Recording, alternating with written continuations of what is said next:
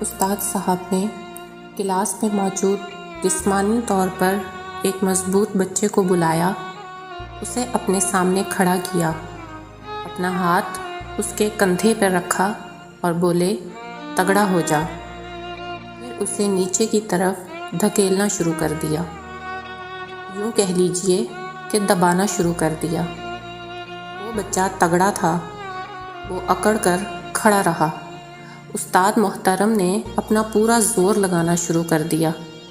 وہ بچہ دبنے لگا اور بالآخر آہستہ آہستہ نیچے بیٹھتا چلا گیا۔ استاد محترم بھی اسے دبانے کے لیے نیچے ہوتے چلے گئے۔ وہ لڑکا آخر میں تقریباً گر گیا اور اس سے تھوڑا کم استاد محترم بھی زمین پر تھے۔ استاد صاحب نے اس کے بعد اسے اٹھایا اور کلاس سے مخاطب ہوئے، آپ نے دیکھا مجھے اس بچے کو نیچے گرانے کے لیے کتنا زور لگانا پڑا۔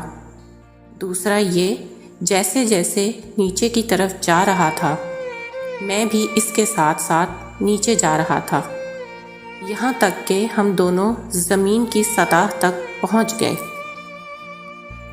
استاد محترم اس کے بعد رکے، لمبی سانس لی اور بولے، یاد رکھیے، ہم جب بھی زندگی میں کسی شخص کو نیچے گرانے یا دبانے کی کوشش کرتے ہیں تو صرف ہمارا ہدف ہی نیچے نہیں جاتا، ہم بھی اس کے ساتھ زمین کی سطح تک آ جاتے ہیں، مطلب انسانیت سے گر جاتے ہیں۔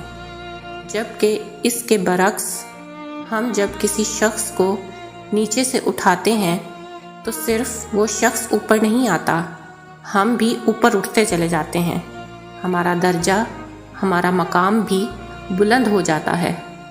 استاد صاحب اس کے بعد رکے اور بولے، باکمال انسان کبھی کسی کو نیچے نہیں گراتا، وہ ہمیشہ گرے ہوئوں کو اٹھاتا ہے اور ان کے ساتھ ساتھ خود بھی اوپر اٹھتا چلا جاتا ہے، وہ بلند ہوتا رہتا ہے۔